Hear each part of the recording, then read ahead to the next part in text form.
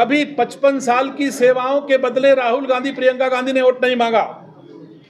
जब भी वोट मांगने की जरूरत पड़ती है, दादी के नाम पर दे दो, पिताजी की लाश लेके खड़े हो जाएंगे, पिताजी के नाम पर दे दो। और जब मोदी अपनी मां को गाली देने वाले दुख से दुखी होता है, तो प्रियंका गांधी बिहार में जाकर के हा हा हा हा हा हा हंसती, जैसे सूपनखा हंसती थी कभी, राक्षस जैसा हंसती हैं।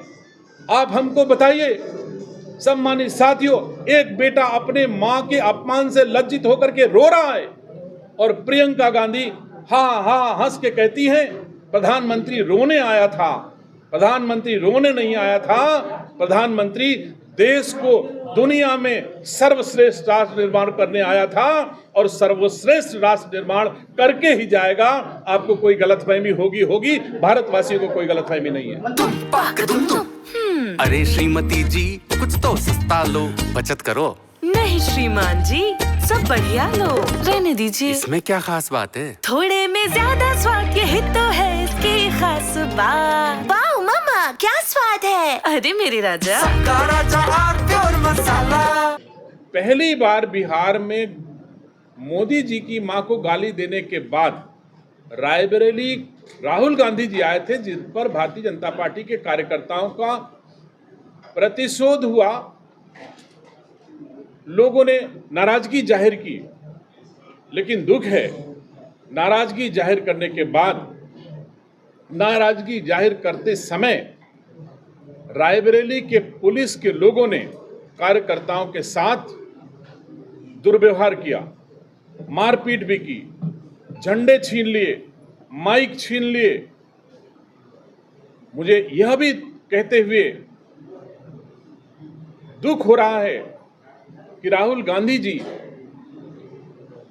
नेता प्रतिपक्ष लोकसभा में हैं, वो कैबिनेट मंत्री का दर्जा उनको है, उनको प्रोटोकॉल होना चाहिए जितना एक कैबिनेट मंत्री को मिलता है, अथवा हो सकता है एलओपी को कुछ और मिलता हो, वो भी दे दिया जाए।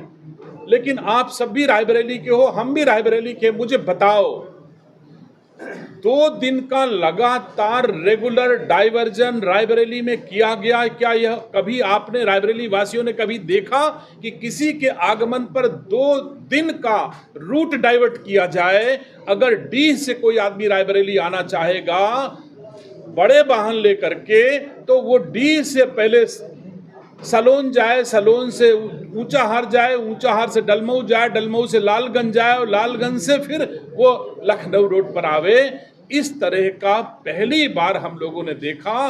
और यह भी देखा कि आज की तारीख में रेहड़ी पटरी वालों को किस तरह से निर्वासित किया गया। रायबरेली में कोई चौराहे पर जो लोग अपनी रोजी रोटी कमा रहे थे, डंडा पटक के उनको भगाया गया, हर चौराहे खाली करा दिए गए।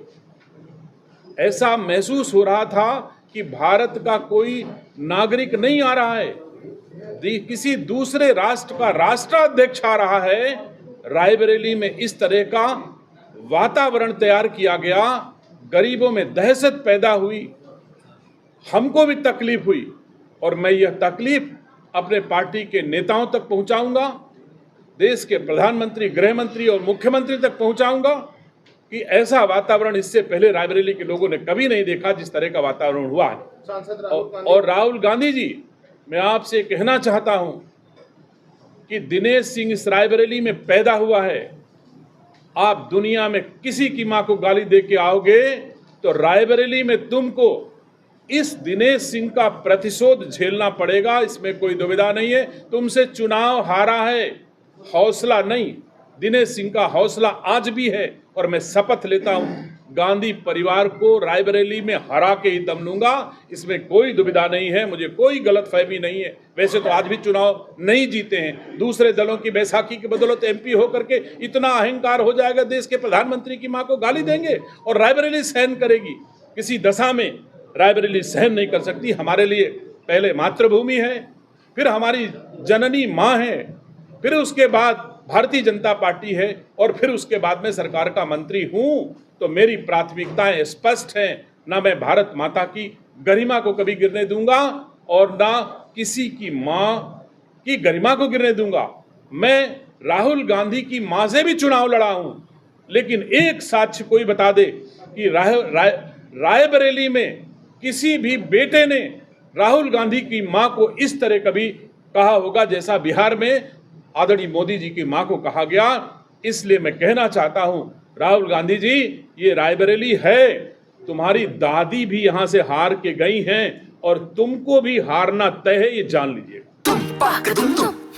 अरे श्रीमती जी, कुछ तो सस्ता लो, बचत करो। नहीं श्रीमान जी, सब बढ़िया लो, रहने दीजिए। इसमें क्या खास बात है? थोड़े में ज्यादा स्वाद, यही तो है इसकी खास बात। वाओ मम्मा, क्या स्वाद है। अरे मेरे राजा, राजा और प्योर मसाला।